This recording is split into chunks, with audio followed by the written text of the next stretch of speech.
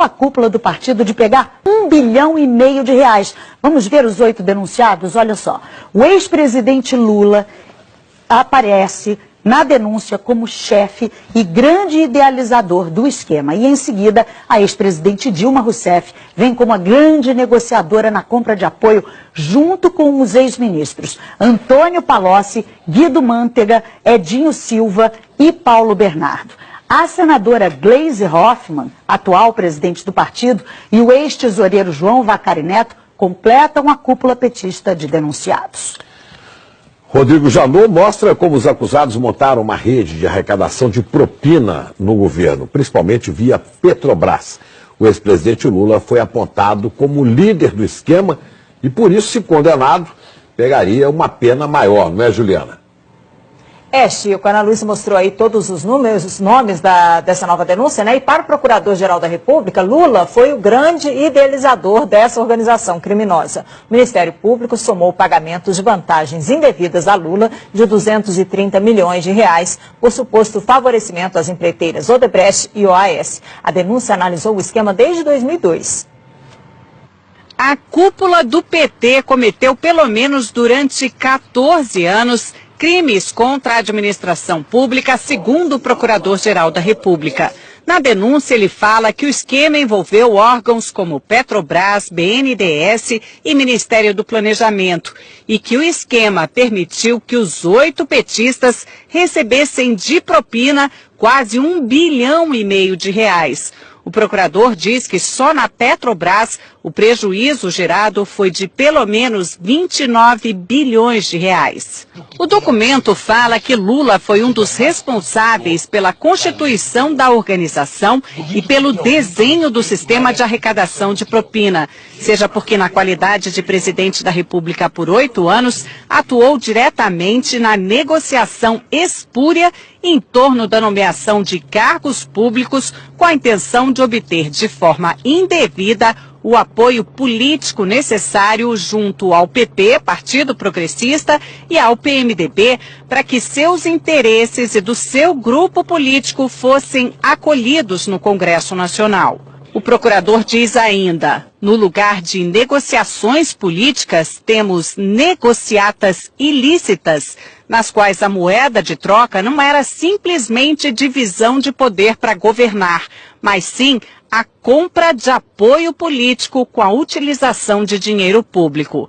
Rodrigo Janot define o ex-presidente Lula desse jeito, o grande idealizador da organização criminosa. E detalha os papéis de cada um dos denunciados. Relata que Lula, Dilma e o ex-ministro Antônio Palocci negociaram com o PMDB da Câmara apoio em troca de cargos públicos relevantes que poderiam ser instrumentalizados, como de fato foram, para a arrecadação de propina. Diz que o ex-tesoureiro João Vacari era o responsável pela cobrança de propina no varejo junto às diversas empresas que se relacionavam com o governo federal durante os governos Lula e Dilma. E que os ex-ministros Antônio Palocci e Guido Mantega eram os interlocutores diretos de Lula e Dilma nas negociações que envolviam a cobrança de propina em valores mais relevantes.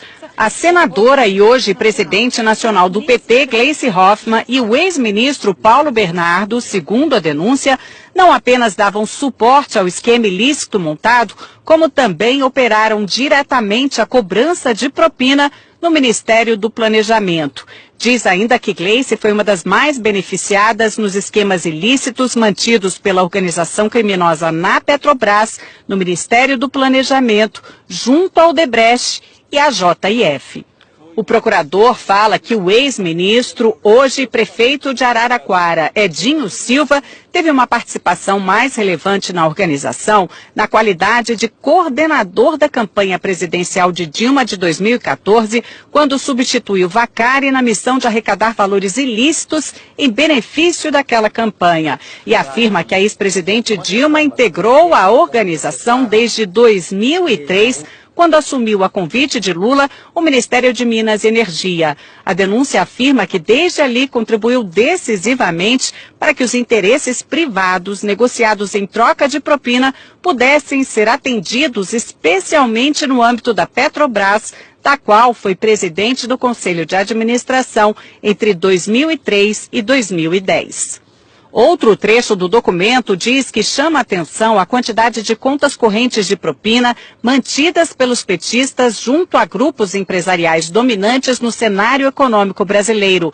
Foram identificadas pelo menos 5 contas instituídas em benefício do grupo político dos 8 petistas denunciados, junto a Odebrecht, JF, OS, UTC, ao escritório de advocacia de Guilherme Gonçalves, além do ajuste de propina com dirigentes da Andrade Gutierrez. A Procuradoria quer que os 8 denunciados paguem juntos 6,8 bilhões de reais.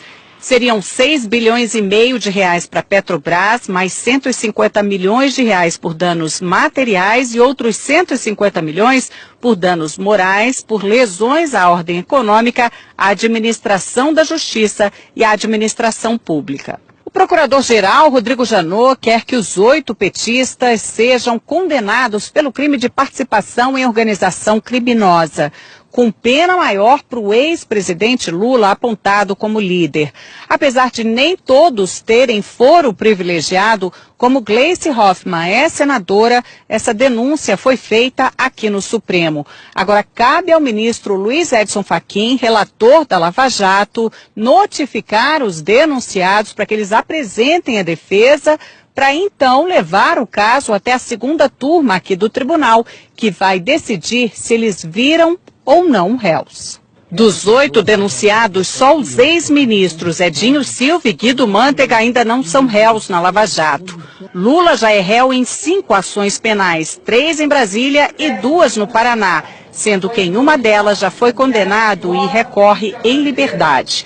No Congresso, petistas não quiseram falar de jeito nenhum sobre a nova denúncia, que acabou repercutindo em outros partidos. O que nós vimos diante da denúncia é que o PT não apenas governou um país, mas uma máquina de corrupção para financiar um projeto de poder. É algo que pode dar em todos nós um certo desânimo, desencanto, mas é também algo que tem que dar alguma esperança de que pelo menos esse tipo de prática está sendo denunciado e os crimes estão sendo apurados. A assessoria de Dilma Rousseff diz que não foram apresentadas provas ou indícios de materialidade de crime e que a denúncia não tem fundamento e que caberá ao Supremo garantir direito de defesa e rejeitar a denúncia. O ex-presidente Lula disse que não conhece o teor da denúncia, que esse é mais um exemplo de mau uso das leis para persegui-lo, que não praticou qualquer crime, muito menos participou de uma organização criminosa. Afirmou que a denúncia é uma ação política. A defesa de Paulo Bernardo afirmou que não teve conhecimento da denúncia. Gleice Hoffmann afirmou que a denúncia não tem qualquer fundamento. A defesa de João Vacari Neto declarou que a denúncia é totalmente improcedente. A defesa de Guido Mantega afirmou que é no mínimo contraditório que a Procuradoria-Geral da República resolva oferecer denúncia, usando como prova basicamente a palavra de delatores, num dia em que o Brasil se depara com a disposição de delatores à dissimulação. Edinho Silva afirmou que sempre agiu de forma ética e legal. A defesa de Antônio Palocci não quis se manifestar. Ana, Chico. Obrigada, Juliana. Os valores da propina impressionam demais. 1,5 bilhão de reais é dinheiro que não acaba. A gente vai a Brasília conversar com Alexandre Garcia. Alexandre, os valores são inacreditáveis, né? Pois é, as pessoas comuns não fazem ideia aí do que seja 1,5 bilhão, né? 1,5 bilhão atribuídos pela Procuradoria-Geral da República a 8 pessoas. Mas é mais ou menos como multiplicar aquele apartamento banco do Gedel por 30 vezes o que foi contado ontem na Bahia. E Janot, que confessou ter agido por medo e não por coragem, né, ao reagir às novas revelações envolvendo o procurador Marcelo Miller e a JBS, e que parecia atingido por uma flechada de Joesley, mostrou que ainda tem flechas e alvejou ontem, como a gente viu aí, uma parte do esquema petista, né, desde ex-presidente da República até a presidente do partido.